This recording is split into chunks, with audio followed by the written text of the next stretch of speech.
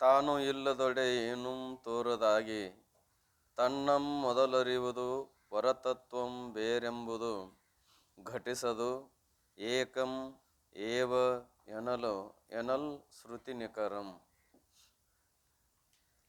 ಪರಮ ಪೂಜ್ಯ ಶ್ರೋತ್ರಿಯ ಬ್ರಹ್ಮನಿಷ್ಠರಾದ ಶ್ರೀಮದ್ ಜಗದ್ಗುರು ಶಿವಾನಂದ ಅಪ್ಪವರ ಹಾಗೂ ಸಿದ್ಧಾರೂಢ ಅಪ್ಪವರ ಶ್ರೀಚರಣಾರವಿಂದಗಳಲ್ಲಿಯೂ, ಪರಮ ಪೂಜ್ಯ ಶ್ರೋತ್ರಿಯ ಬ್ರಹ್ಮನಿಷ್ಠರಾದ ಶ್ರೀಮನ್ ನಿಜಗುಣ ಶಿವಯೋಗಿಗಳ ಹಾಗೂ ಜಗನ್ಮಾತೆಯ ಶ್ರೀಚರಣಾರವಿಂದಗಳಲ್ಲಿಯೂ, ಪರಮ ಪೂಜ್ಯ ಶ್ರೋತ್ರಿಯ ಬ್ರಹ್ಮನಿಷ್ಠರಾದ ಶ್ರೀಮದ್ ಜಗದ್ಗುರು ಗುರುನಾಥಾರೂಢ ಅಪ್ಪವರ ಹಾಗೂ ಜಗದ್ಗುರು ಸದಾಶಿವಾನಂದ ಅಪ್ಪವರ ಶ್ರೀಚರಣಾರವಿಂದಗಳಲ್ಲಿಯೂ, ಪರಮ ಪೂಜ್ಯ ಶ್ರೋತ್ರಿಯ ಬ್ರಹ್ಮನಿಷ್ಠರಾದ ಆರೂಢ ಜ್ಯೋತಿ ಶಿವಪುತ್ರ ಪಜ್ಜವರ ಹಾಗೂ ಎನ್ನ ಸದ್ಗುರುತ್ರಯರ ಶ್ರೀಚರಣಾರವಿಂದಗಳಲ್ಲಿಯೂ, ಪರಮ ಪೂಜ್ಯ ಶ್ರೋತ್ರಿಯ ಬ್ರಹ್ಮನಿಷ್ಠರಾದ ಸದ್ಗುರು ಬಸವಾನಂದ ಅಪ್ಪವರ ಹಾಗೂ ಬಸವಾದಿ ಶಿವಶರಣರ ಶ್ರೀಚರಣಾರವಿಂದಗಳಲ್ಲಿಯೂ ಅನಂತ ದೀರ್ಘದಂಡವತ್ ಪ್ರಣಾಮಗಳನ್ನು ಸಮರ್ಪಿಸಿ,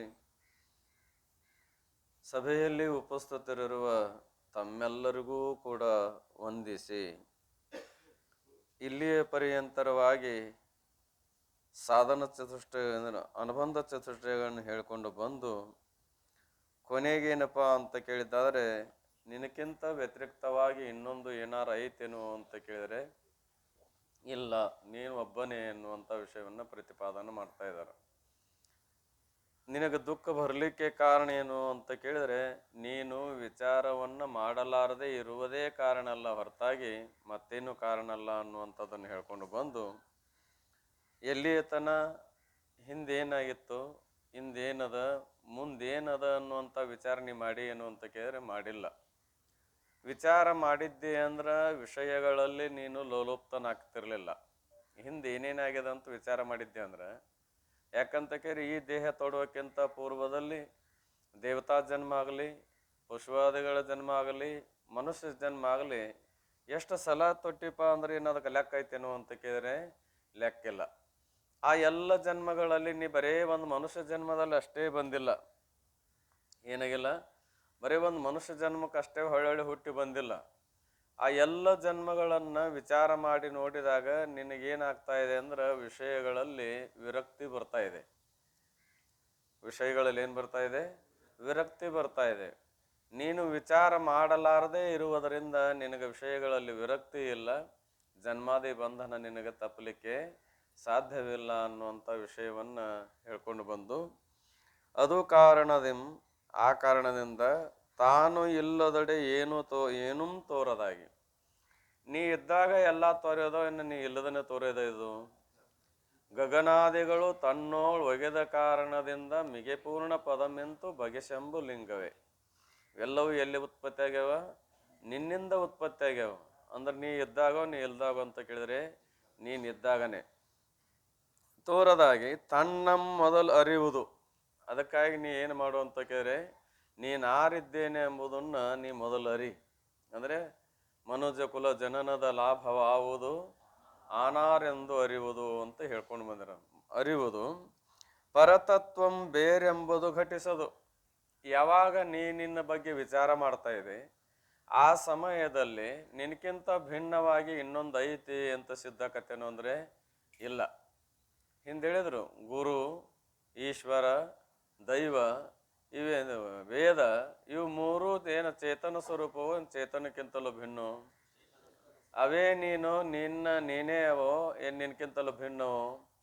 ಅವಂದ್ರೆ ನೀನಂದ್ರೆ ಅವು, ಬೇರೆ ಇಲ್ಲ. ಯಾಕಂದ್ರೆ ಶ್ರುತಿಗಳು ಹೇಳ್ತಾವ ಏನಂತ? ಏಕಂ ಏವ ಎನಲ್ ಅಂದ್ರೆ ಅದ್ವಿತೀಯ ಒಂದು ಪದ ಅದ.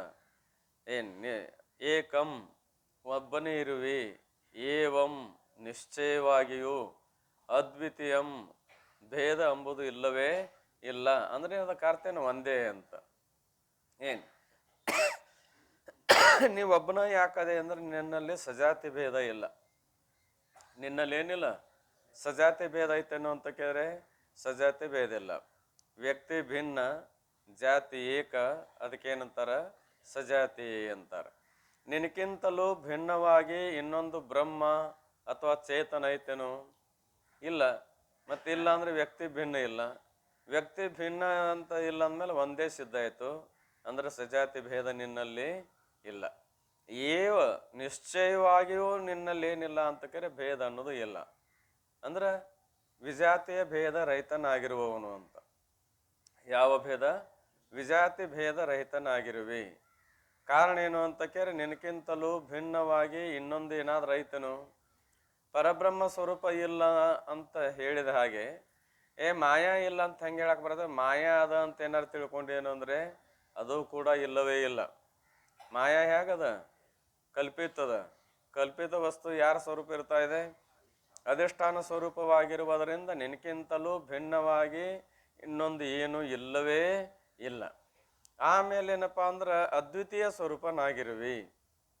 ಏಕಮೇವ ಅದ್ವಿತೀಯಂ ಅಂತ ಬರ್ತಲ್ಲ, ಅದ್ವಿತೀಯ ಸ್ವರೂಪನಾಗಿರುವಿ ಅಂದ್ರೆ ದ್ವೈತ ರಹಿತನಾಗಿರುವಿ. ಇರುವ ಒಂದು ಶರೀರದಲ್ಲಿ ಕೈ ಕಾಲು ಕಣ್ಣು ಮೂಗು ನಾಲಿಗೆ ಹೇಗೆ ಭೇದ ತೋರುತ್ತೆಯೋ ಆಗ ನಿನ್ನ ಸ್ವರೂಪದೊಳಗೆ ಏನಾರ ಭೇದ ಐತನು? ಭೇದ ಇಲ್ಲವೇ ಇಲ್ಲ. ಮತ್ತೆ ಹೇಳ್ತಿರಲ್ಲ ಅಂತ ಅಂದ್ರೆ, ನೀ ಸದ್ರೂಪನಿದ್ದಿ, ನೀ ಚಿದ್ರೂಪನಿದ್ದಿ, ನೀ ಆನಂದ ರೂಪನಿದ್ದಿ, ನಿತ್ಯನಾಗಿದ್ದಿ, ಆಮೇಲೆ ಪೂರ್ಣನಾಗಿದ್ದಿ ಅಂತ. ಇಲ್ಲ ಅಂದ್ರೆ ವಿಚಾರ ಸಾಗರದಲ್ಲಿ ಹೇಳಿದ ಹಾಗೆ ಸುಖರೂಪನಾಗಿದ್ದಿ, ಆಮೇಲೆ ನಿತ್ಯ ರೂಪನಾಗಿದ್ದಿ, ಪ್ರಕಾಶ ಸ್ವರೂಪನಾಗಿದ್ದಿ, ವಿಭೂರೂಪನಾಗಿರುವಿ, ಆಧಾರನಾಗಿರುವಿ, ಸ್ವಯಂ ಪ್ರಕಾಶ ರೂಪನಾಗಿರುವಿ, ಶುದ್ಧವಾಗಿರುವಿ ಮತ್ತು ಅಪಾರವಾಗಿರುವಿ. ಚಂದ್ರೋದಯದಲ್ಲಿ ಮತ್ತೆ 20 ಹೇಳಿದ್ದಾರೆ. ಇವನ್ನೇ ಚಂದ್ರೋದಯದಲ್ಲಿ ಏನು ಮಾಡಿದ್ದಾರೆ? 20 ಹೇಳಿದ್ದಾರೆ. 2 ಭಾಗ ಮಾಡಿದ್ದಾರೆ ಅದರಾಗ. ಒಂದು ವಿಧೇಯ ವಿಶೇಷಣ, ಇನ್ನೊಂದು ನಿಷೇಧ್ಯ ವಿಶೇಷಣ ಅಂತ. ಏನ್ರಿ, ಪ್ರಪಂಚವನ್ನ ವ್ಯಾವರ್ತಕ ಮಾಡೋದು ಬಿಟ್ಟಿರುವಂಗಿಲ್ಲ, ವ್ಯಾವರ್ತಕ ಮಾಡಿ ಹೇಳುವಂಗಿಲ್ಲ. ಅದಕ್ಕೇನಂತಾರ? ಪ್ರಪಂಚವನ್ನ ವ್ಯಾವರ್ತಕ ಮಾಡಲಾರ್ದೆ ಬಿಟ್ಟಿರುವುದಿಲ್ಲ, ಆದ್ರೆ ವ್ಯಾವರ್ತಕ ಮಾಡಿ ಹೇಳುವಂಗಿಲ್ಲ. ಅದಕ್ಕೇನನ್ಬೇಕು? ವಿಧೇಯ ವಿಶೇಷಣ ಅಂತ ಕರಿತಾ ಇದ್ದಾರೆ. ಪ್ರಪಂಚವನ್ನ ವ್ಯಾವರ್ತಕ ಮಾಡಿ ಹೇಳುವಂತ ವಿಶೇಷಣಕ್ಕೆ ಏನಂತಾರ? ನಿಷೇಧ್ಯ ವಿಶೇಷಣ ಅಂತ ಕರೀತಾರೆ. ನೀನು ಸದ್ರೂಪನಿರುವಿ. ನೀ ಹೇಗದೆ? ಸದ್ರೂಪನಿರುವಿ ಅಂದಾಗ ಪ್ರಪಂಚದ ಅಂದ್ರೆ ಅಸದ್ರೂಪದ ವ್ಯಾವರ್ತಕ ಆಗ್ಯದ ಇಲ್ಲೋ? ನೀ ಸದ್ರೂಪನಿದ್ದೆ ಅಂದ್ರೆ ಅಸದ್ರೂಪ ಅಲ್ಲ ಅಂತ ಹೇಳ್ದಂಗನೆ. ನೀನು ಅಸದ್ರೂಪ ಅಲ್ಲ, ಸದ್ರೂಪ ಅಂತ ಹಿಂಗೇನಾರು ಹೇಳ್ಯಾರನು? ಇಲ್ಲ, ಹೇಳಿಲ್ಲ. ತ್ಯಾಗ ಮಾಡಿಸಲಾರ್ದೆ ಅಂದ್ರೆ ವ್ಯಾವರ್ತಕ ಮಾಡಲಾರ್ದೆ ಬಿಟ್ಟಿಲ್ಲ. ಆದ್ರೆ ನಿಷೇಧ್ಯ ವಿಶೇಷಣದಲ್ಲಿ ತ್ಯಾಗ ಮಾಡಿ ಹೇಳ್ತಾರೆ, ನೀನು ಅನಂತ ಸ್ವರೂಪನಿರುವಿ. ನೀ ಏನದಿ? ಅನಂತ ಸ್ವರೂಪನಿರುವಿ. ಅನಂತ ಅಂದ್ರ ಅಂತರಹಿತವಾದದ್ದು ಯಾವುದೋ ಅದು ಅನಂತ. ಅಂದ್ರೆ ಅಂತವನ್ನ, ಉತ್ಪತ್ತಿ ನಾಶವುಳ್ಳದ್ದನ್ನು ವ್ಯಾವರ್ತಕ ಮಾಡಿ ಉತ್ಪತ್ತಿ ನಾಶರಹಿತವಾದ ಸ್ವರೂಪವನ್ನು ತಿಳಿಸಿಕೊಡೋದ್ರಿಂದ ಅವಕ್ಕೆ ಏನಂದಾರ ಅಂದ್ರೆ ನಿಷೇಧ್ಯ ವಿಶೇಷಣ ಅಂತಗಾರ. ಹೀಗೆ ಹಲವಾರು ವಿಶೇಷಣಗಳು ಏನು ಮಾಡ್ಯಾರಪ್ಪ ಅಂತ ಕೇಳಿದ್ರೆ ಹೇಳ್ಕೊಂಬಂದಿದ್ದಾರೆ. ಯಾರಿಗೆ? ಬ್ರಹ್ಮ ಸ್ವರೂಪದಲ್ಲಿ. ಆ ಎಲ್ಲ ವಿಶೇಷಣಗಳ ಲಕ್ಷಣ ಬೇರೆ ಬೇರೆ ಮಾಡ್ಯಾರೋ, ಒಂದೋ ಮಾಡ್ಯಾರೋ? ಬೇರೆ ಬೇರೆ ಮಾಡಿದ್ದಾರೆ. ಸದ್ರೂಪ ಅಂದ್ರೆ ಅದಕ್ಕೆ ಅನ್ನಬೇಕು? ತ್ರಿಕಾಲ ಅಬಾಧ್ಯವಾದದ್ದಕ್ಕೆ ಸದ್ರೂಪ ಅನ್ನಬೇಕು. ಯಾವುದು ನಾಮರೂಪ ವಸ್ತುವಿಗೆ ಆಧಾರವಾಗಿದ್ದುಕೊಂಡು ಆಶ್ರಯವಾಗಿದ್ದುಕೊಂಡು ಬಾಧಾ ಹೊಂದಲಾರದೆ ಇರುತ್ತದೆಯೋ ಅದಕ್ಕೇನನ್ನಬೇಕು? ಸದ್ರೂಪ. ಇದಮ್ಮೆನಿಸುವುದಾವುದು ಅದಕ್ಕೆ ತಾನು ಆಶ್ರಯ ಪದವಾಗಿ ಬಾಧೆಯೊಂದದೆ ತೋರುತಿಹ ಸತ್ಯೆ. ಸದ್ರೂಪದ ಲಕ್ಷಣ ಆಯಿತು. ಚಿದ್ರೂಪದ ಲಕ್ಷಣ ಏನದಪ್ಪ ಅಂತ ಕೇರೆ, 3 ಅವಸ್ಥೆಗಳು ತೋರುವ ಅಖಿಳವನ್ನು ಬೇರಿಟ್ಟು ಅರಿಯುವುದಾಗಿ ಮೀರಬಾರದ ಚಿತ್ತೆ. ಲಕ್ಷಣ ಬದಲಿ ಅದು ಇಲ್ಲೋ? ಬೇರೆ ಅದು ಇಲ್ರಿ. ಆನಂದ ಅಂದ್ರೆ ಅದಕ್ಕಂದ್ರು ಎಲ್ಲವನಾರೈದು ನೋಡಲ್ ಎಲ್ಲೆನಿಸಿದ ನೇಹವು ಎಲ್ಲಿ ನೆಲೆಸುವುದು? ತನ್ನಲ್ಲಿ, ಅದರಿಂದೇ ಸುಖ ಅಂದ್ರು. ಅಭಾವ ಚತುಷ್ಟಗಳಿಗೆ ವಿಲಕ್ಷಣ. ಪ್ರಾಗಭಾವ ಮೊದಲಾದ ಘಟಾಳಿಗಳಿಗಲ್ಲದೆ ಏಗೈದು ತನ್ನೊಳಗೆಲ್ಲವಾಗಿ ವಿಚಾರಿಸೆ ನಿತ್ಯ ಅಂದ್ರು. ಬೇರೆ ಆಯ್ತು ಲಕ್ಷಣ, ಒಂದಾಯ್ತು ಬೇರೆ ಅದು. ಆಮೇಲೆ ಗಗನಾದಿಗಳು ತನ್ನೋಳು ಒಗೆದ ಕಾರಣದಿಂದ ಮಿಗೆ ಪೂರ್ಣ ಪದಮಿಂತು ಬಗೆಶಂಭು ಲಿಂಗವೇ ಅನ್ನುವಾಗ ಪೂರ್ಣದ ಲಕ್ಷಣ ಬೇರೆ ಆಯ್ತು. ಕೈ ಅಂದ್ರೆ ಏನಲ್ಲ, ಕಾಲಲ್ಲ. ಕಾಲಂದ್ರೆ ಏನಲ್ಲ, ಕೈ ಅಲ್ಲ. ಕೈ ಲಕ್ಷಣನ ಬೇರೆ, ಕಾಲಿನ ಲಕ್ಷಣನ ಬೇರೆ. ಕೈ ಲಕ್ಷಣ ಏನ್ರಿ? ಕೊಡುದು ತಗೊಳ್ಳೋದು.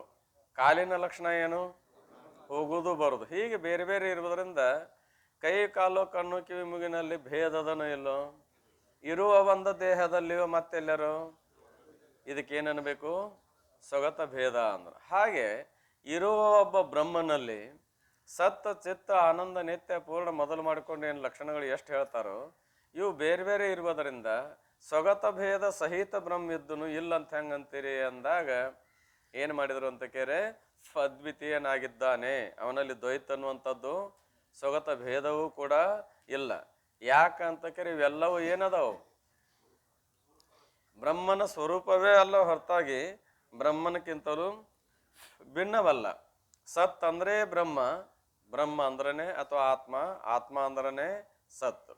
ಅಥವಾ ಸತ್ ಅಂದ್ರೆ ಚಿತ್ತ, ಚಿತ್ತ ಅಂದ್ರನೆ ಸತ್. ಏನ್ ಆತ್ಮನ ಸ್ವರೂಪವೇ ಆಗಿರುವುದರಿಂದ ಆತ್ಮನಲ್ಲಿ ಸದ್ರೂಪಾದಿಗಳು ಭೇದ ಇಲ್ಲ. ಆದ್ದರಿಂದ ಸ್ವಗತ ಭೇದವೂ ಕೂಡ ಅವನಲ್ಲಿ ಇಲ್ಲ ಅಂತ ಹೇಳಿದ್ದಾರೆ. ಇನ್ನೊಂದು ದೃಷ್ಟಿಯಿಂದ ವಿಚಾರ ಮಾಡಿದರೆ ಸದಾದಿಗಳು ಅಸದಾದಿಗಳ ಅಪೇಕ್ಷೆ ಮಾಡ್ಕೊಂಡು ಬಂದಾವೋ ಏನು ಮೊದಲಾದವೋ? ಅಸದಾದಿಗಳನ್ನ ಅಪೇಕ್ಷೆ ಮಾಡ್ಕೊಂಡು ತೋರುವುದರಿಂದ ಇವು ಕಲ್ಪಿತವೋ ಏನು ಅಕಲ್ಪಿತವೋ? ವಿಚಾರ ಮಾಡಿ ನೋಡಿದ್ರೆ ಇವು ಕೂಡ ಕಲ್ಪಿತವೇ. ಸತ್ರೂಪ ಇದ್ದದ್ದು ಕಲ್ಪಿತ ಅಲ್ಲ. ಬ್ರಹ್ಮ ಸದ್ರೂಪನಾಗಿದ್ದಾನೆ ಅಂತ ನೀವು ಹೇಳಕೊಂತೇವೆ. ಅಸದ್ರೂಪದ ಅಪೇಕ್ಷೆ ಮಾಡ್ಕೊಂಡು ಹೇಳ್ತೇವೆ ಹೊರತಾಗಿ ಅದಾನಂತ ಹೇಳುವ ಅವಶ್ಯಕತೆನೇ ಇಲ್ಲ. ಯಾಕೆ ಇದ್ದಕ್ಕಿದ್ದ ಸಿದ್ಧ ವಸ್ತು ಅದು. ಏನ್ ಅದಕ್ಕಾಗಿ ಆತ್ಮನಲ್ಲಿ ಏನಿಲ್ಲ ಅಂತ ಕೇಳಿದ್ರೆ ಸ್ವಗತ ಭೇದವೂ ಇಲ್ಲ. ಏಕ ಅನ್ನುವುದರಿಂದ ಸಜಾತಿಯ ಭೇದ, ಏವ ಅನ್ನುವುದರಿಂದ ವಿಜಾತಿಯ ಭೇದ, ಅದ್ವಿತೀಯ ಅನ್ನೋದರಿಂದ ಸ್ವಗತ ಭೇದ ಇಲ್ಲ ಅಂತ ಸಿದ್ಧವಾಯಿತು. ಯಾರು ಹೇಳ್ತಾರಪ್ಪ ಹೀಗೆ ಅಂತ ಕೇಳಿದ್ರೆ ಶ್ರುತಿಗಳು ಹೇಳ್ತಾ ಇದ್ದಾವೆ. ಶ್ರುತಿ ಸ್ಮೃತಿ ಮೊದಲು ಮಾಡಿಕೊಂಡು ಎಲ್ಲವೂ ಹೇಳ್ತಾ ಇದ್ದಾವೆ. ಯಾವಾತನು ತನ್ನನ್ನು ತಾನು ಯಥಾರ್ಥವಾಗಿ ತಿಳಿಯುವನೋ ಅವನು ವೇದ ದೈವ ಗುರುಗಳನ್ನು ಬಲ್ಲವನು ಎಂದು ಹೇಳೋಣದರಿಂದ ಅಖಂಡ ಸಚ್ಚಿದಾನಂದ ಸ್ವರೂಪನಾದ ತಾನೊಬ್ಬನು ಇದ್ದರೆ ಏನ್ರಿ? ಯಾವಾತನು ತನ್ನನ್ನು ತಾನು ಯಥಾರ್ಥವಾಗಿ ತಿಳಿಯುವನೋ, ಯಾವಾತನು ಅಂದ್ರೆ ಎಲ್ಲರೂ ಅನ್ಲಿಲ್ಲ ನೋಡ್ರಿ. ಯಾವಾತನಂದ್ರ ಎಲ್ಲೋ ಒಬ್ಬ ತಿಳಿತಾನೋ ಏನು ಎಲ್ಲರೂ ತಿಳಿದಾರೋ? ಅದಕ್ಕೆ ಏನಂದ್ರು ಶರಣರು? ಕೋಟಿಗೊಬ್ಬ ಶರಣ. ಶರಣ ಅಂದ್ರೆ ಮಹಾತ್ಮ. ಕೋಟಿಗೊಬ್ಬರು ಸಿಗ್ತಾರೋ ಏನಿಲ್ಲೋ? ಕೋಟಿಗೊಬ್ಬರು. ನೋಡಾಕ ಕೋಟಿಗಟ್ಲೆ ಕಾಂತಾರ ಕರೆ, ನೋಡಾಕೇನದ ಕೋಟಿಗಟ್ಲೆ ಕಾಂತಾರ ಕರೆ. ನಿಜವಾದ ಶರಣತ್ವ ಉಳ್ಳವ ಕಾಣವ್ರು ಎಷ್ಟು ಮಂದಿ ಅಂತ ಕೇಳಿದ್ರೆ ಒಬ್ಬರು. ಅದಕ್ಕೆ ಸುಭಾಷಿತಕಾರ ಉದಾಹರಣೆ ಕೊಟ್ಟಿದ್ದಾನ. ಏನು ಉದಾಹರಣೆ ಕೊಟ್ಟಾನಪ್ಪ ಅಂತ ಕೇಳಿದ್ರೆ ಏನಪ್ಪ ಅಂದ್ರ ಕಾಗಿ ಬಣ್ಣ ಕೋಗಿಲೆ ಬಣ್ಣ ಎರಡೂ ಒಂದೇ ಕಂಡ್ರು ಕೂಡ ಇದು ಕಾಗ್ಯದ ಇದು ಕೋಗಿಲೆ ಅನ್ನೋದು ಗೊತ್ತಾಗೋದಿಲ್ಲ. ಏನು ಎರಡೂ ಒಂದೇ ತರ ಇರೋದ್ರಿಂದ ಯಾವಾಗ ಗೊತ್ತಾಕತ್ತಪ್ಪ ಅಂತ ಕೇಳಿದ್ರೆ ವಸಂತ ಕಾಲೇ ಸಂಪ್ರಾಪ್ತೆ. ಯಾವಾಗ ವಸಂತ ಕಾಲ ಪ್ರಾಪ್ತಿ ಆಗ್ತಾ ಇದೆ ಆ ಸಮಯದೊಳಗ ಕಾಕಕ್ ಕಾಕಹ ಪಿಕಕ್ ಪಿಕಹ ಅಂತ ಹೇಳಿದಾರೆ. ಏನು ಕೋಗಿಲೆ ಕೋಗಿಲೆನೆ, ಕಾಗಿ ಕಾಗಿನೆ. ಆದ್ರೆ ಮೊದಲು ಕೂಡಿರುವಾಗ ಏನಾಗಿದ್ದು ಒಂದೇ ಅನ್ನುವಂಗೆ ತೋರಿದ್ದು ಕರೆ. ಹಾಗೆ ಜೀವನದಲ್ಲಿ ಏನದಪ್ಪ ಅಂತ ಕೇಳಿದ್ರೆ ಈ ಸಾಂಸಾರಿಕ ವ್ಯಾಮೋಹವನ್ನು ತೊರೆದು ಸನ್ಯಾಸಿಗಳಂತೆ ಗೃಹಸ್ಥಾಶ್ರಮ ತ್ಯಾಗ ಮಾಡ್ಯಾರ ಬರಲಿ, ಗೃಹಸ್ಥಾಶ್ರಮದೊಳಗರ ಇರಲಿ, ನೋಡಾಕ ಸನ್ಯಾಸಿಗಳಂತೆ ಲಕ್ಷಾನುಗಟ್ಲೆ ಕೋಟ್ಯಾನುಗಟ್ಲೆ ಕಂಡು ಬಂದರೂ ಕೂಡ ನಿಜವಾಗಲೂ ಶ್ರೋತ್ರಿಯ ಬ್ರಹ್ಮನಿಷ್ಠನಾದ ಸದ್ಗುರು ಒಬ್ಬ ಸಿಗ್ತಾನೋ ಎಲ್ಲರೂ ಸಿಗ್ತಾರ ಅಂತ ಕೇಳಿದ್ರೆ ಎಲ್ಲೋ ಒಬ್ಬರು ಸಿಗ್ತಾ ಇದ್ದಾರೆ. ಏನ್ರಿ? ಅದಕ್ಕೆ ಯಾವಾತನು ಅಂದಾರ ಅವರು. ಏನ್ರಿ? ಯಾವಾತನು ತನ್ನ ಸ್ವರೂಪವನ್ನ ಯಥಾರ್ಥವಾಗಿ ತಿಳಿಯುವನೋ. ಯಥಾರ್ಥವಾಗಿ ತಿಳಿಯುವುದು ಬೇರೆ, ಅಯಥಾರ್ಥವಾಗಿ ತಿಳಿಯುವುದು ಬೇರೆ. ನಿಮಗ ನಮ್ಮ ಪರಿಚಯ ನಮಗಿಲ್ಲನ್ರಿ. ನಿಮಗೆ ಪರಿಚಯ ಅದಲ್ಲ ನಮ್ಮದು. ಏನು ಯಾರನ್ನ ಕೇಳ್ಬೋದ? ನಾ ಯಾರ ಪೈಕಿ ರೀ, ನಾ ಯಾರ ಮನೆಯವರಿ, ನಾ ಯಾರ ಮಗ ರೀ ಅಂತ ಕೇಳೋ ಅವಶ್ಯಕತೆ ಅದನು ಇಲ್ಲ. ಅಂದ್ರೆ ಏನದ? ಪರಿಚಯ ಅದ. ಇದು ಯಥಾರ್ಥ ಪರಿಚಯವೋ ಏನ ಯಥಾರ್ಥ ಪರಿಚಯವು ಆ ಮತ್ತಿದೇ ಯಥಾರ್ಥ ಆಗಿತ್ತಂದ್ರೆ ಇದೇನು ಕೆಲಸ ಇತ್ತು? ಇದೆಲ್ಲ ಯಥಾರ್ಥ ಪರಿಚಯ ನಮಗ. ನಾ ಇಂಥವ್ರ ಮನೆಯವ, ಇಂಥವ್ರ ಮಗ, ಇಂಥದೇ, ಇಂಥವನ ನಾ ಹೆಣ್ಣು ಗಂಡು ಕರ್ಗ ಕೆಂಪಗ ಎತ್ತರ ಗಿಡ್ಡ ದಪ್ಪ ಸಣ್ಣ ಮೊದಲು ಮಾಡ್ಕೊಂಡು ಏನು ತೋರ್ತಾವಲ್ಲ, ಇವೆಲ್ಲವೂ ಏನದವು? ಇದು ನಮ್ಮದ. ನಾ ಗಿಡ್ಡ ಅದಾನೆ ಅಂತ ಹೇಳೋದು ನಂದ ಪರಿಚಯ, ನಿಮ್ದು ಹೇಳ್ತೇನೋ? ನಿಮ್ಗೆ ನನಗಿಂತ ನೀವು ಎತ್ತರ ಇದ್ದೀರ, ನಾ ಗಿಡ್ಡದೇನೆ ಅಂತ ಹೇಳಿದೆ. ಯಾರ್ದು ಇದು ಪರಿಚಯ? ಇದು ನಿಜವಾದ ಪರಿಚಯ ತಿಳುವಳಿಕೆ ಅನ್ನುವಂತ ಕೇಳಿದ್ರೆ ಅಲ್ಲ. ಏನದ ಇದು? ಅಯಥಾರ್ಥ ತಿಳುವಳಿಕೆ. ಅದಕ್ಕಾಗಿ ಅವನು ಯಥಾರ್ಥವಾಗಿ ತಿಳಿದವನು. ಯಥಾರ್ಥವಾಗಿ ಅಂದ್ರೆ ಇವೆಲ್ಲ ನಾಮರೂಪಗಳು ಮಿಥ್ಯಾದವ. ಮಿಥ್ಯಾವಾದ ನಾಮರೂಪಗಳಿಗೆ ಆಧಾರ ಅಧಿಷ್ಠಾನವಾದ ನಾನು ಆತ್ಮಸ್ವರೂಪನಿದ್ದೇನೆ ಅಂತ ತಿಳಿದಿರೋದಕ್ಕೆ ಏನಂತಾರ? ಯಥಾರ್ಥ ತಿಳುವಳಿಕೆ ಅಂತಾರ.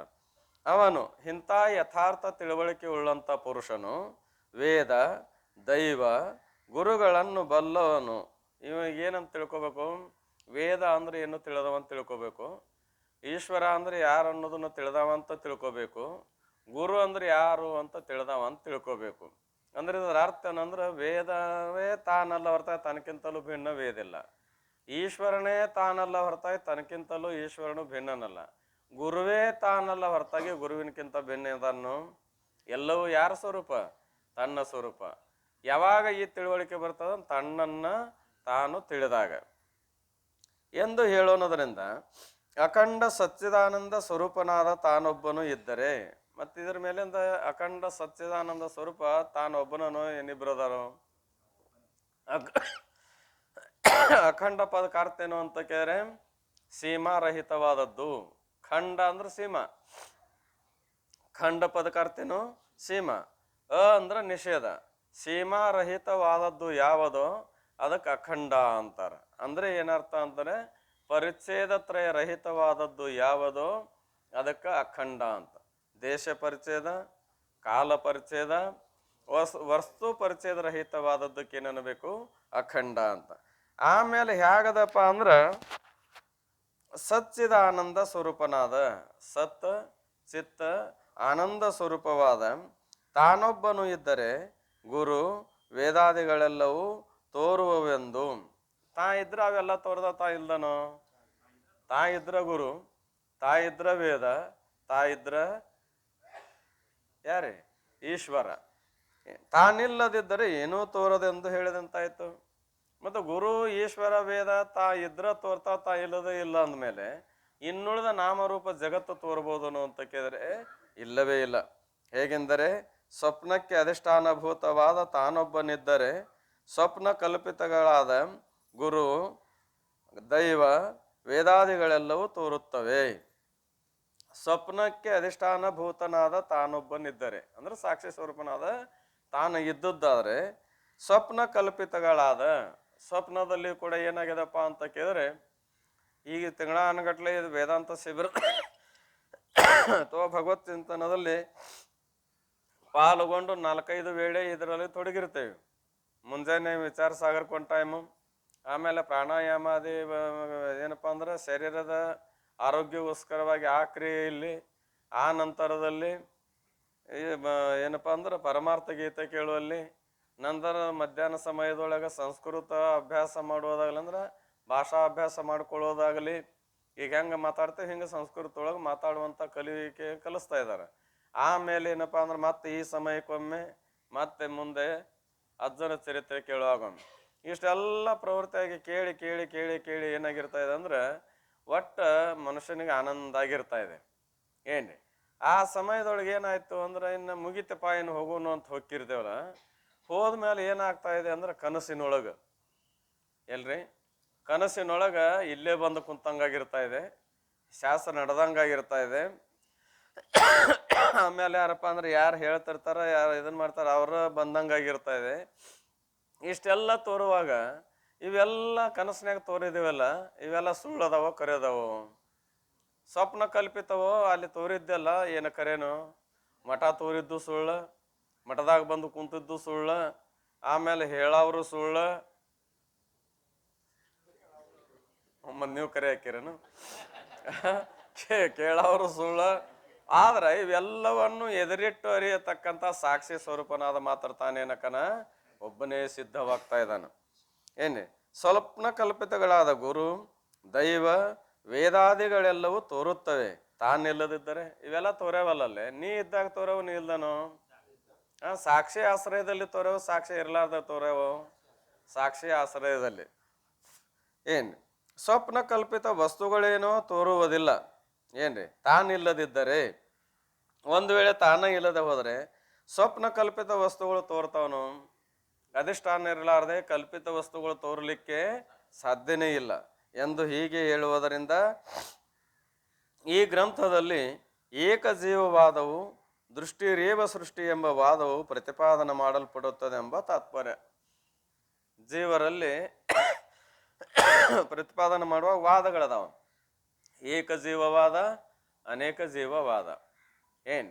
ಅನೇಕ ಜೀವವಾದ ಒಪ್ಪವ್ರು ಯಾರು ಅಂತ ಕೇಳಿದ್ದಾದ್ರೆ ಚಿದಾಭಾಸನನ್ನು ಒಪ್ಪಿ ಪ್ರತಿಪಾದನೆ ಮಾಡೋ ಜೀವನ ಲಕ್ಷಣ ಪ್ರತಿಪಾದನೆ ಮಾಡೋರು ಯಾರು? ವೇದವ್ಯಾಸರು. ಇವರು ಅನೇಕ ಜೀವವಾದಿಗಳು.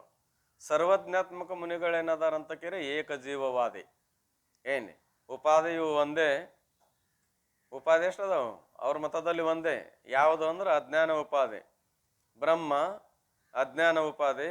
ಅಜ್ಞಾನದಲ್ಲಿ ಪ್ರತಿಬಿಂಬಿಸಲ್ಪಟ್ಟಂತ ಪ್ರತಿಬಿಂಬ. ಬಿಂಬವು ಹೇಗೆ ಸತ್ಯವೋ ಹಾಗೆ ಪ್ರತಿಬಿಂಬವು ಕೂಡ ಸತ್ಯ. ಬಿಂಬ ಹೇಗೆ ಸತ್ಯವೋ ಹಾಗೆ ಪ್ರತಿಬಿಂಬವು ಕೂಡ ಸತ್ಯ. ಮತ್ತು ಮಿಥ್ಯ ಯಾವುದ್ರಿ ಅಂತ ಕೇಳಿ ಪ್ರತಿಬಿಂಬದ ಧರ್ಮಗಳು ಮಿಥ್ಯ ಅಂತಾರವ್ರು. ಯಾವ ಮಿಥ್ಯ? ಪ್ರತಿಬಿಂಬದ ಧರ್ಮಗಳು ಮಿಥ್ಯ. ಆದ್ದರಿಂದ ಜೀವ ರೇಷ ಕೇಳಿ ಒಬ್ಬನೇ ಮತ್ತು ಇಷ್ಟೆಲ್ಲ ತೋರ್ತಾವಲ್ರಿ, ಒಬ್ಬನೇ ಇದ್ರೆ ಮತ್ತೆ ಇಷ್ಟ ಯಾಕೆ ತೋರ್ತಾವಂದ್ರೆ ಅವೆಲ್ಲವೂ ಜೀವಾಭಾಸ. ಅವೆಲ್ಲ ಹೆಂಗದವು? ಜೀವಾಭಾಸ. ಜೀವನಂಗ ತೋರ್ತಾವು, ಆದ್ರೆ ಅವೇನಲ್ಲ. ಇರಾವ್ ಜೀವ ಎಷ್ಟದನ? ಒಬ್ಬನೇ ಅಂತ ಹೇಳೋರು ಸರ್ವಜ್ಞಾತ್ಮಕ ಮುನಿಗಳು. ಅದಕ್ಕೆ ಏಕಜೀವವಾದ ಏನ್ರಿ? ಏಕಜೀವವಾದವು ದೃಷ್ಟಿರೇವ ಸೃಷ್ಟಿ. ಯಾವಾಗ ತಾನು ನೋಡ್ಯಾನ ಆಗ ಸೃಷ್ಟಿ ಅದ. ತಾನು ನೋಡೋಕ್ಕಿಂತ ಮೊದಲದು ಕಣ್ಣು ಮುಚ್ಚೇವಪ್ಪ. ಈಗ ಕಣ್ಣು ಮುಚ್ಚಿದಾಗ ಏನ್ ತೋರ್ತದ್ರಿ? ಏನ್ ತೋರ್ತದ? ಕಣ್ಣನ್ನು ಮುಚ್ಚಿರಿ ಏನ್ ತೋರ್ತದ? ಕತ್ಲೆ ತೋರ್ಬೇಕಾದ್ರು ಕಣ್ಣು ತೆಗ್ದಾಗೋ ಕಣ್ಣು ಮುಚ್ಚಿದಾಗೋ? ಕಣ್ಣು ತೆಗ್ದಾಗನ ಕತ್ಲೆ ಆದ್ರೂ ಕಾಣೋದು. ಅಲ್ಲಿ ಹೋಗ್ರಿ ಅಂದ್ರೆ ಅಲ್ರಿ ಕತ್ಲೆ ಐತಲ್ಲ ಅಂತೇನೆ. ನೋಡಿ ಹೇಳಿರು, ನೋಡ್ಲಾರ್ದ ಹೇಳಿರು? ನೋಡಿ ಹೇಳಿರಿ. ಮತ್ತು ಕಣ್ಣು ಮುಚ್ಚಿದಾಗ ಏನೂ ಇಲ್ಲ. ಕಣ್ಣು ಮುಚ್ಚಿದಾಗ ಏನದ ರೀ? ಏನೂ ಇಲ್ಲ. ಕಣ್ಣು ತೆಗೆದು ಕೂಡಲೇ ಯಾವಾಗ ದೃಷ್ಟಿ ಅದೋ ಆವಾಗನೇ ಸೃಷ್ಟಿ. ಇದಕ್ಕೆ ದ್ವಿಸತ್ತ ಅಂತ ಕರೀತಾರೆ. ಯಾವಾದ? ದ್ವಿಸತ್ತಾವಾದ. ತ್ರಿಸತ್ತಾವಾದ ಅಂದ್ರೆ ಸೃಷ್ಟಿ ದೃಷ್ಟಿವಾದ. ದ್ವಿಸತ್ತಾವಾದ ದೃಷ್ಟಿ ಸೃಷ್ಟಿವಾದ. ಅವೇ ಹಿಂದೆ ಮುಂದೆ ಮಾಡೋದು. ಸೃಷ್ಟಿ ದೃಷ್ಟಿ. ಸೃಷ್ಟಿ ಅಂದ್ರೆ ಪ್ರಪಂಚ, ಆಮೇಲೆ ಅದರ ಜ್ಞಾನ. ಮೊದಲ ಸೃಷ್ಟಿ ಅದ, ಆಮೇಲೆ ಅದರ ನಂತರದಲ್ಲಿ ಜ್ಞಾನ ಆಗ್ತಾ ಇದೆ. ಇದಕ್ಕೆ ದೃಷ್ಟಿ ಸೃಷ್ಟಿವಾದ ಅಂತಾರ. ಮೂರು ಸತ್ತ ಇಲ್ಲಿ. ಎಷ್ಟು ಸತ್ತ ಅದಾವು? ಮೂರು ಸತ್ತ ಅದಾವು.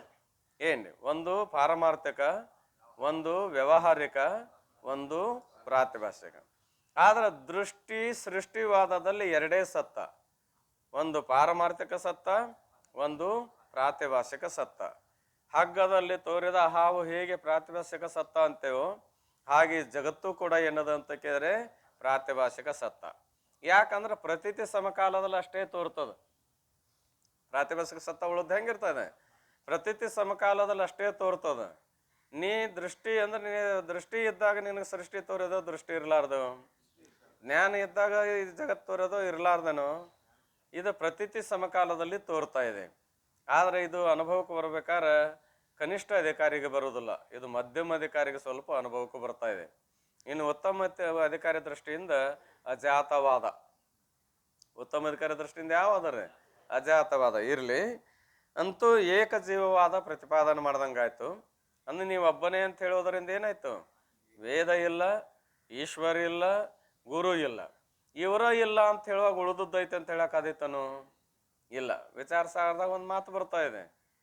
ಅಬ್ಧಿ ಅಪಾರ ಸ್ವರೂಪ ಮಮ ಲಹರಿ ವಿಷ್ಣು ಮಹೇಶ ವಿಧಿರವಿ ಚಂದ ವರುಣಯಮ ಶಕ್ತಿ ಧನೇಶ ಗಣೇಶ. ಇವರೆಲ್ಲರೂ ಹೆಂಗದ್ರ ನನ್ನ ಸ್ವರೂಪದೊಳಗ? ತೆರೆಗಳಿದ್ದಂತೆ ಅಂದ. ಇವ್ರು 10 ಮಂದಿ ತೆರೆಗಳಿದ್ರು ಇರುವಲ್ರಕ್ರಿ, ಇನ್ನು ಉಳಿದವ್ರು ಅದಾರಲ್ಲ. ಎಷ್ಟು ಮಂದಿ ದೇವತೆಗಳದಾರಿ?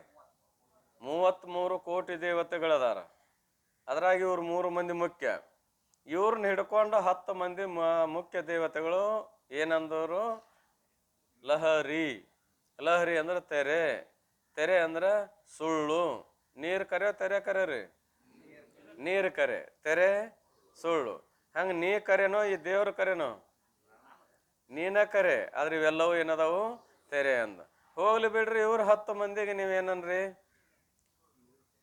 ಇವ್ರು 10 ಮಂದಿಗೆ ತೆರೆ ಅನ್ರಿ, ಒಪ್ತಾನೆ ಹೇಳಿರಿ 10 ಮಂದಿ ಹೆಸರು, ಇವ್ರಿಗೆ ತೆರೆ ಅನ್ರಿ. ಇನ್ನೂ ಏನಪ್ಪಾ ಅಂದ್ರೆ ಅನೇಕ ದೇವತೆಗಳು ಅದಾರಲ್ಲ, ಅವ್ರು ಯಾರನ್ನಾರ ಅದ್ರಾಗ ಸ್ಮರಣೆ ಮಾಡ್ರಿ, ಅವ್ರ ಧ್ಯಾನ ಮಾಡ್ರಿ. ಇವ್ರದ್ದು ಬಿಡ್ರಿ, ಅವ್ರದ್ದು ಮಾಡ್ರಿ, ನಿಮ್ದು ಯಾಕೆ ಮಾಡ್ಕೊಂತೀರಿ ಅಂತ ನಾವು ಅವಾಗ ಏನಂದಾರಿ? ಅವಾಗೇನು ಹೇಳ್ಯಾರ?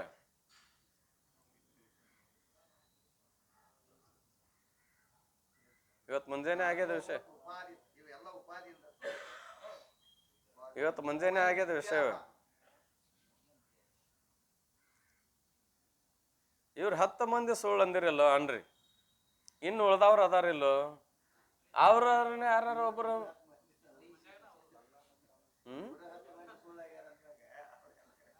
ಅವ್ರನ್ನ ಹೆಂಗ್ ಸುಳ್ಳು ಅಂತೀರಿ ನೀವು? ಇವ್ರ 10 ಮಂದಿ ದೇವತೆಗಳು ಏನದಾರ?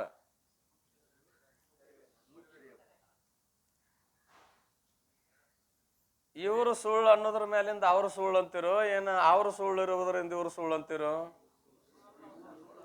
ಇವ್ರು ಸುಳ್ಳು ಅನ್ನೋದ್ರ ಮೇಲಿಂದ ಅವ್ರು ಸುಳ್ಳು ಅಂತಿರಲ್ಲ, ಮತ್ತೆ ಇವ್ರು ಸುಳ್ಳು ಅನ್ನೋದ್ರಿಂದ ಏನ್ ಮಾಡ್ದಂಗಾಯ್ತು? ಏನ ಇವ್ರು ಎಲ್ಲಾರು 10 ಮಂದಿ ಸುಳ್ಳು ಅನ್ನೋದು ಏನ್ ತೋರಿಸ್ದಂಗಾಯ್ತು?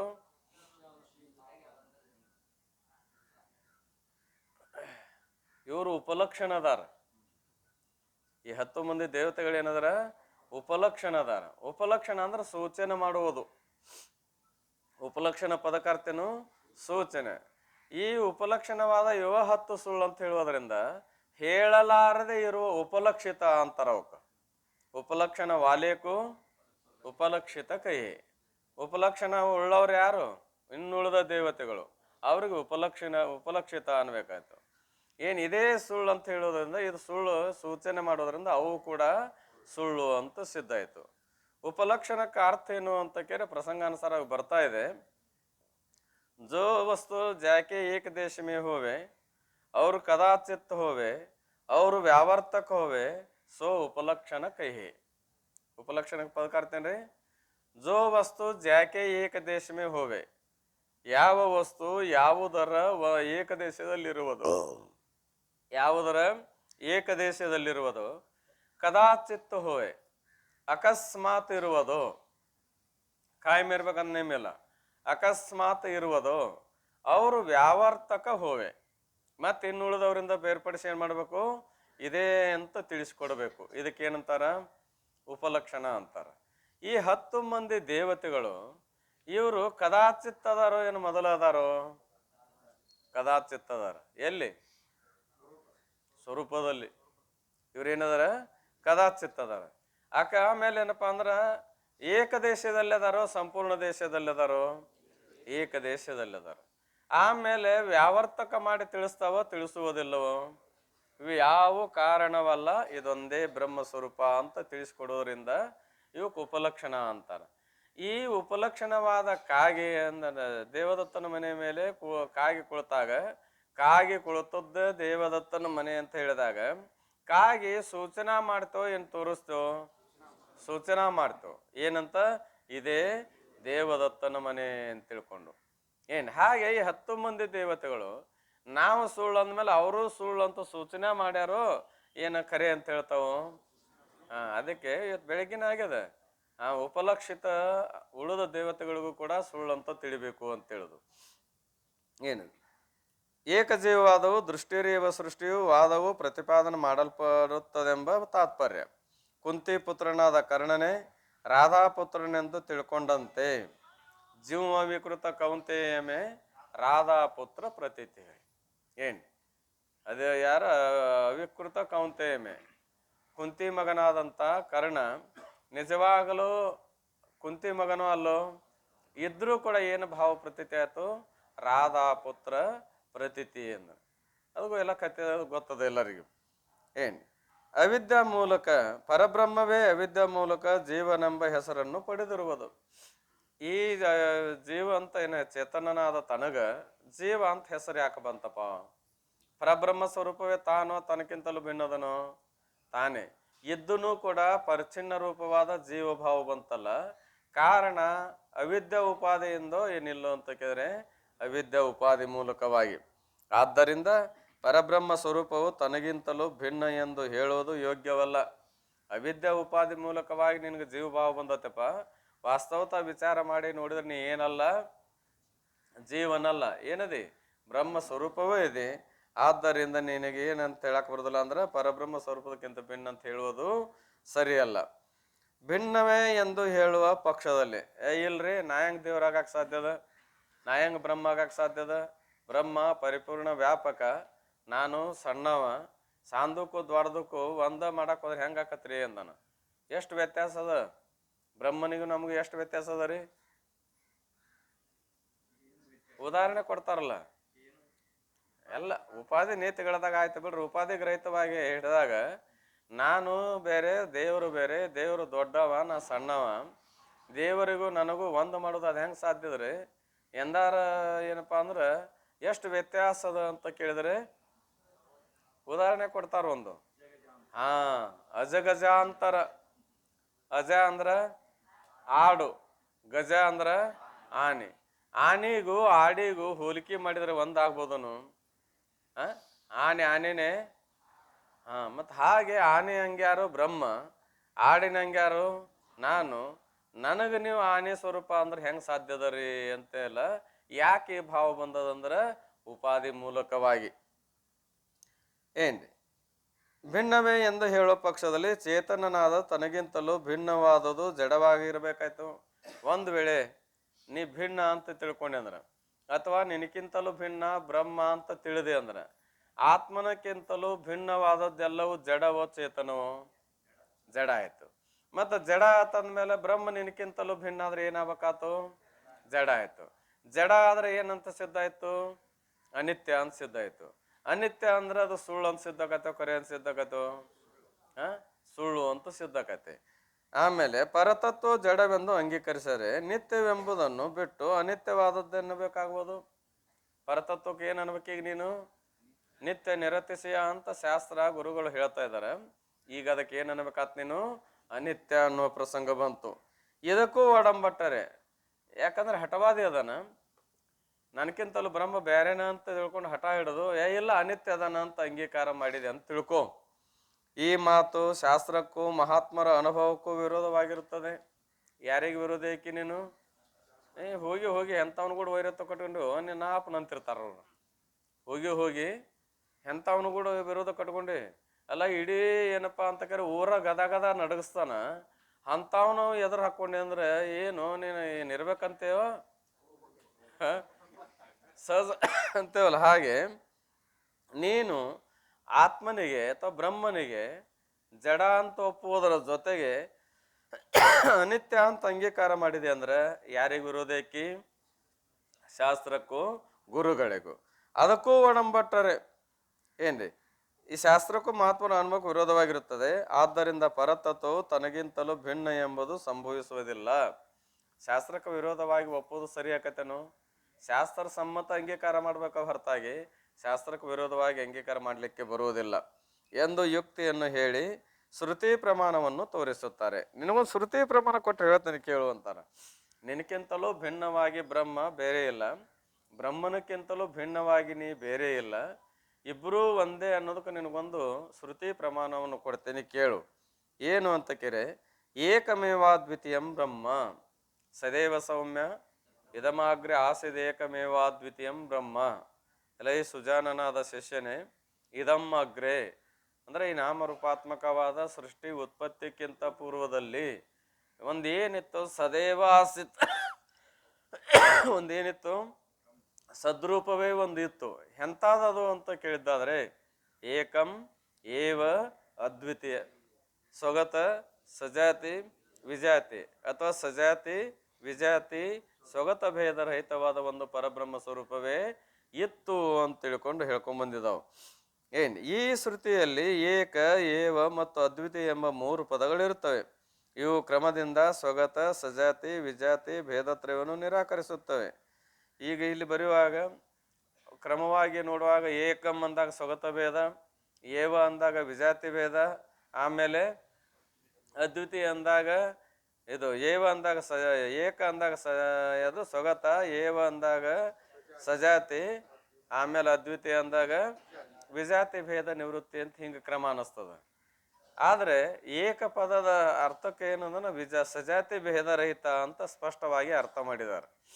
ಎಲ್ಲಿಪ್ಪ ಅಂತ ಕೇಳಿದ್ರೆ ಪಂಡಿತ್ ಪೀತಾಂಬರ್ಜಿ ಅವರು ಬರೆಯಲ್ಪಟ್ಟಂತ ಶ್ರೀ ವಿಚಾರ ಚಂದ್ರೋದಯವನ್ನು ನೋಡ್ರಿ ನೀವು. ಬ್ರಹ್ಮ ಕೈಸಾ ಹೈ ಅಲ್ಲ, ಆ ಪ್ರಶ್ನೆ ಮಾಡಿಲ್ಲ, ಅದ್ರಾಗ ಬಂದ್ ವಿಷಯ ಅದು. ಬ್ರಹ್ಮ ಹೆಂಗದನ್ರಿ?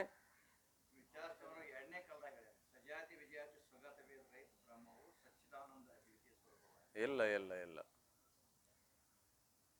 ಬರೀ ಫಕ್ತ ನನಗೇನು ಬೇಕಾಗಿದೆ, ಏಕ ಅನ್ನೋದಕ್ಕೆ ಸಜಾತಿ ಭೇದ ರಹಿತ ಅಂತ ಹೇಳೋ ಸಲ ಎಷ್ಟ ಬೇಕಾಗ್ಯದ.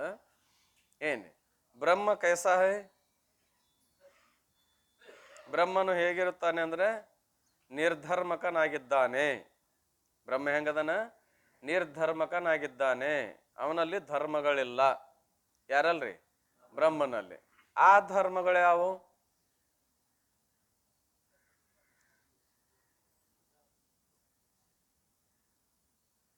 ಆ ಧರ್ಮಗಳು ಯಾವ್ರಿ? ಯಾವ ಬ್ರಹ್ಮನಲ್ಲಿ ಇಲ್ಲ ಅಂತ ಹೇಳೋದು? ಚೇತನ್ ಲಕ್ಷಣ ಏನ್ರಿ?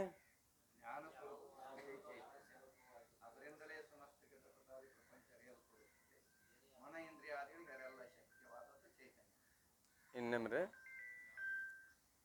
ಇನ್ನೇಮ್ ಹೇಳ್ರಿ. ಅಷ್ಟಕ್ಕ ಮುಗಿಸ್ಬೇಡ್ರಿ ಅದನ್ನ. ಮೂರು ಕೂಡದಾಗ ಚೈತನ್ಯ ಲಕ್ಷಣ ಆಕತೆ. ಹಾ,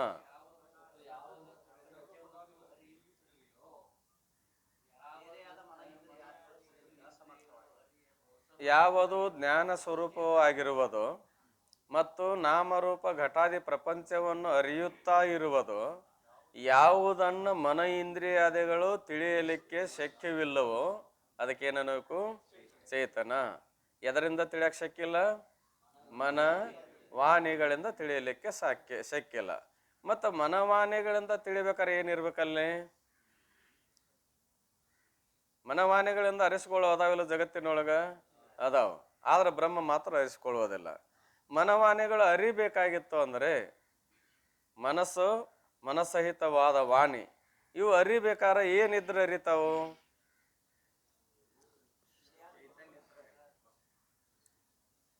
ಏನಿದ್ರೆ ಅರಿತಾವ್ರಿ ಇವು?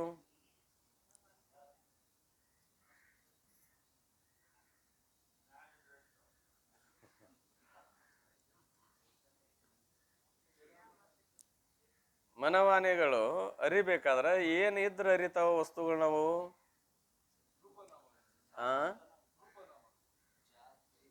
ಹಾ, ಏನಿರ್ಬೇಕಲ್ಲಿ?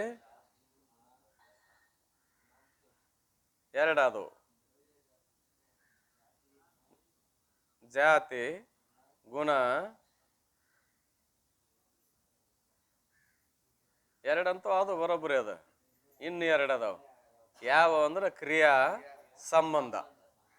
ಎಲ್ಲಿ ಜಾತಿ ಅದ, ಗುಣ ಅದ, ಕ್ರಿಯಾ ಅದ, ಸಂಬಂಧ ಅದ, ಈ 4 ಧರ್ಮಗಳಿಂದ ಕೂಡಿಕೊಂಡ ಯಾವ ವಸ್ತು ಇರ್ತಾ ಇದೆ ಅಲ್ಲಿ ಮನಸ್ಸು ಪ್ರವೃತ್ತಿ ಆಗ್ತಾ ಇದೆ, ಅಲ್ಲಿ ವಾಣಿನೂ ಪ್ರವೃತ್ತಿ ಆಗ್ತಾ ಇದೆ.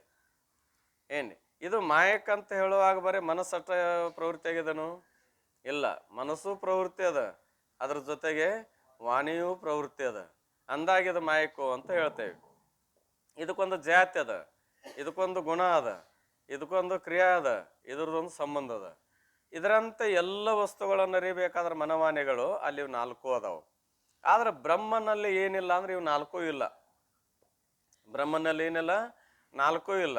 4 ಅಂದ್ರೆ ಯಾವ್ರಿ? ಅವನಲ್ಲಿ ಜಾತಿ ಇಲ್ಲ, ಅವನಲ್ಲಿ ಗುಣ ಇಲ್ಲ, ಅವನಲ್ಲಿ ಕ್ರಿಯಾ ಇಲ್ಲ, ಅವನಲ್ಲಿ ಸಂಬಂಧ ಇಲ್ಲ. ಜಾತಿ ಯಾಕಿಲ್ಲ ಅಂತ ಬರೆಯುವಾಗ ಸ್ಪಷ್ಟವಾಗಿ ಬರೆದಾರ, ಸಜಾತಿ ಭೇದ ರಹಿತ ಹೋಣೇತೆ. ಅವ ಹೆಂಗದಾನ ಏಕ ಹೋನೈತೆ. ಬ್ರಹ್ಮ ಹೆಂಗದಾನ ಒಬ್ಬನೇ ಅದಾನ. ಒಬ್ಬನೇ ಇರುವುದರಿಂದ ಏನು ಸಿದ್ಧ ಆಯ್ತು? ಸಜಾತಿ ಭೇದ ರಹಿತನಾದವನು. ಇನ್ನ ಗುಣ ಯಾಕಿಲ್ಲ ಅಂತ ಕೇಳಿದ್ರೆ, ಅದೇ ನಿರ್ಗುಣ ಯಾಕಂತ ಕೇಳಿದ್ರೆ, ಎಲ್ಲಿ ಗುಣ ಅದಾವು? ಗುಣ ಎಲ್ಲಿ ಅದಾವ್ರಿ? ಗುಣಾರ ಯಾವು? ಸತ್ವ, ರಜ, ತಮ. ಈ ಗುಣಗಳು ಎಲ್ಲಿದಾವು? ಪ್ರಕೃತಿ ಅಥವಾ ಮಾಯ ಎಲ್ಲಿದಾವು? ಈ ಮಾಯಾದಲ್ಲಿ ಈ ಮೂರು ಗುಣಗಳಿಂದ ಈ ಮಾಯಾ ಬ್ರಹ್ಮ ಸ್ವರೂಪದೊಳಗೆ ಐತೇನು? ಬ್ರಹ್ಮನಿಗೆ ಸಂಬಂಧ ಐತೇನೆ? ಅದು ಇಲ್ಲ. ಅಂದಮೇಲೆ ಅವನಲ್ಲಿ ಏನು ಸಂಭವಿಸುವುದಿಲ್ಲ? ಗುಣ ಸಂಭವಿಸುವುದಿಲ್ಲ. ಆದ್ದರಿಂದ ಏನಂತ ಹೇಳಿಸ್ಕೊಳ್ತಾನ? ನಿರ್ಗುಣ ಅಂತ ಹೇಳಿಸ್ಕೊಂತಾನ. ಆಮೇಲೆ ಬ್ರಹ್ಮ ಕ್ರಿಯಾಸಹಿತವೋ ಕ್ರಿಯಾರಹಿತವೋ? ಕ್ರಿಯಾರಹಿತ. ಯಾಕೆ ಕ್ರಿಯಾರಹಿತ? ನಿರವಯವ ಅಥವಾ ನಿರ್ವಿಕಾರನಾಗಿರುವುದರಿಂದ. ಜೋ ವಿಕಾರಿ ಹೋವೆ ಸೋ ಕ್ರಿಯಾವಾನ್ ಹೋವೆ, ಜೋ ಕ್ರಿಯಾವಾನ್ ಹೋವೆ ಸೋ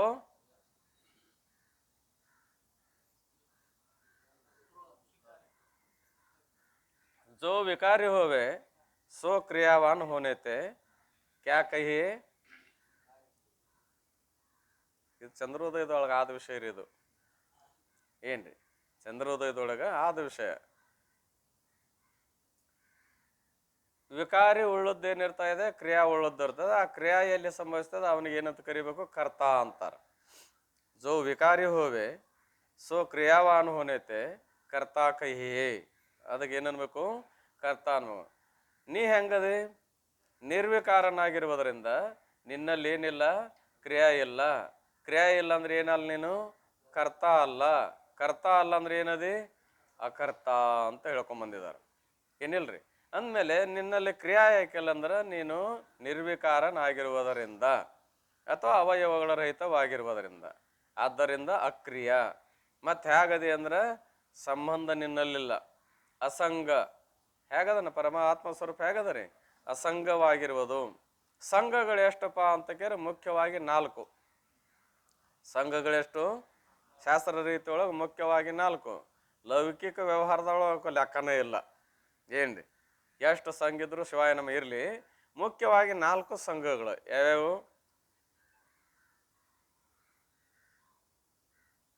ಯಾವ್ಯಾವ್ರಿ? ಚಂದ್ರೋದಯದಲ್ಲಿ ಆದ ವಿಷಯನೇ ಇದು. ಸತಿಪತಿ ಸಂಬಂಧ, ಗುರು ಶಿಷ್ಯ ಸಂಬಂಧ, ಸ್ವಾಮಿ ಸೇವಕ ಸಂಬಂಧ, ಪಿತಾಪುತ್ರ ಸಂಬಂಧ. ಪಿತಾಪುತ್ರ ಸಂಬಂಧ, ಆಮೇಲೆ ಏನಪ್ಪ? ಸತಿಪತಿ ಸಂಬಂಧ. ಆಮೇಲೆ ಏನಪ್ಪ ಅಂತ ಕೇರೆ? ಸ್ವಾಮಿ ಸೇವಕ ಸಂಬಂಧ, ಗುರು ಶಿಷ್ಯ ಸಂಬಂಧ. ಈ 4 ಸಂಬಂಧಗಳು ಎಲ್ಲಿ ಸಂಬಂಧಪಡ್ತಾವು ಅಂದ್ರೆ ಈ ದೇಹಕ್ಕೆ. ಇವೆಲ್ಲದಾವು ದೇಹಕ್ಕೆ. ಇವು ಆರೋಪಿತವ ಏನು ಮೊದಲು ಅದಾವು? ಇವು ಆರೋಪಿತ, ದೇಹದಲ್ಲೇ ಆರೋಪಿತ ಅದಾವು. ಅಂದಮೇಲೆ ಆತ್ಮ ಸ್ವರೂಪದಲ್ಲಿ ಇವು ಯಾವ ಸಂಬಂಧಗಳು ಕೂಡ ಇಲ್ಲ. ಇಲ್ಲ ಅಂದಮೇಲೆ ಹೆಂಗದಾನ? ಅಸಂಗ. ಹೇಗದಾನ? ಅಸಂಗ ಸ್ವರೂಪನಾಗಿದ್ದಾನೆ. ಈ 4 ಅವನಲ್ಲಿ ಇಲ್ಲ ಅಂದಮೇಲೆ ಅಲ್ಲಿ ಏನು ಪ್ರವೃತ್ತಿ ಆಗೋದಿಲ್ಲ? ಮನ ವಾಣಿ ಜಾನಿಸಕ್ಕೆ ನಹಿ, ತಿಳಿಯಕ್ಕೆ ಸಾಧ್ಯವಾಗೋದಿಲ್ಲ. ಇಲ್ಲಿ ಫಕ್ತ ಈಗ ಸದ್ದು ಬೇಕಾದದ್ದೇನು? ಏಕ. ಏಕ ಪದಕ್ಕರ್ಥ ಸ್ಪಷ್ಟವಾಗಿ ಬರೆದರ ಸಜಾತಿ ಭೇದ ರಹಿತವಾದದ್ದು. ಯಾವುದು ಅಂತ ಕೇಳಿದ್ರೆ ಬ್ರಹ್ಮ ಸ್ವರೂಪ. ಶ್ರುತಿ ಏಕಮೇವಾದ್ವಿತೀಯ ಬ್ರಹ್ಮ. ಈ ಶ್ರುತಿಯಲ್ಲಿ ಏಕ, ಏವ ಮತ್ತು ಅದ್ವಿತೀಯ ಎಂಬ 3 ಪದಗಳಿರುತ್ತವೆ. ಇವು ಕ್ರಮದಿಂದ ಸ್ವಗತ ಸಜಾತಿ ವಿಜಾತಿ ಭೇದತ್ರಯವನ್ನು ನಿರಾಕರಿಸುತ್ತಾ ಅಖಂಡ ಸ್ವರೂಪನಾದ ಪರತತ್ವವನ್ನು ಪ್ರತಿಪಾದನೆ ಮಾಡುತ್ತಾರೆ. ಇಲ್ಲಿ ಏನು ಪ್ರತಿಪಾದನೆ ಮಾಡ್ತಾರಂತ ಕೇಳಿ, ಅಖಂಡ ಪರತತ್ವ. ಪರತತ್ವ ಅಂದ್ರೆ ಶ್ರೇಷ್ಠವಾದ ತತ್ವ. ಶ್ರೇಷ್ಠ ತತ್ವ ಅಂದ್ರೆ ಪರಬ್ರಹ್ಮ. ಏನ್ರಿ? ಪರಬ್ರಹ್ಮ ಅಂದ್ರೆ ಉಪಾಧಿರಹಿತವಾದದ್ದು. ಅದು ಅಖಂಡದನೋ ಏನು ಖಂಡವುಳ್ಳದ್ದು? ಯಾವುದೇ ರೀತಿಯಾದ ಸೀಮಾವನಲ್ಲಿ ಇಲ್ಲ. ಅಂಥ ತತ್ವವನ್ನು ಕುರಿತು ಈ ಪಾರಮಾರ್ಥ ಗೀತೆಯಲ್ಲಿ ಏನು ಮಾಡ್ತಾರಂತ ಕೇರೆ ಪ್ರತಿಪಾದನೆ ಮಾಡ್ತಾ ಇದ್ದಾರೆ. ಅಧಿಕಾರಿ, ಸಂಬಂಧ, ಪ್ರಯೋಜನ, ವಿಷಯಗಳೆಂಬ ಅನುಬಂಧ ಚತುಷ್ಟಯವನ್ನು ಹೇಳಿ ಗ್ರಂಥಾರಂಭ ಮಾಡುತ್ತಾರೆ. ಬಳಿಕ ಶಿಷ್ಯನು ಭಕ್ತಿಯಿಂದ ಶ್ರೀ ಗುರುಗಳಿಗೆ ಶರಣಾಗತನಾಗಿ ತನ್ನ ಸ್ವರೂಪ ವಿಷಯವಾಗಿ ಪ್ರಶ್ನೆಯನ್ನು ಮಾಡುತ್ತಾನೆ. ಏನು ಮಾಡ್ತಾನಪ್ಪ, ನಾನಂದ್ರೆ ಯಾರು, ಈ ಜಗತ್ತದ ಅಥವಾ ಮೂಲ ನನ್ನ ಸ್ವರೂಪವೇನು, ಅಥವಾ ಈ ಜಗತ್ತಿಗೆ ಕಾರಣವೇನು, ಈ ಜಗತ್ತು ಹೆಂಗಾಯಿತು ಅನ್ನುವಂಥ ಅನೇಕ ವಿಷಯಗಳನ್ನು ಕುರಿತು ಪ್ರಶ್ನೆಯನ್ನು ಮಾಡ್ತಾನೆ. ಆ ಪ್ರಶ್ನೆಗೆ ಏನು ಮಾಡ್ತಾರಪ್ಪ ಅಂತ ಕೇಳಿದ್ರೆ, ಇನ್ನು ಸರಿಯಾಗಿ ಏನಪ್ಪ ಅಂತ ಕೇಳಿದ್ರೆ ಅವನಿಗೆ ಉತ್ತರವನ್ನು ಕೊಡ್ತಾ ಹೋಗ್ತಾ ಇದ್ದಾರೆ. ಆ ವಿಷಯವನ್ನು ಮತ್ತೆ ನಾಳೆ ನೋಡೋಣ ಅಂತ ಹೇಳಿ ಎರಡು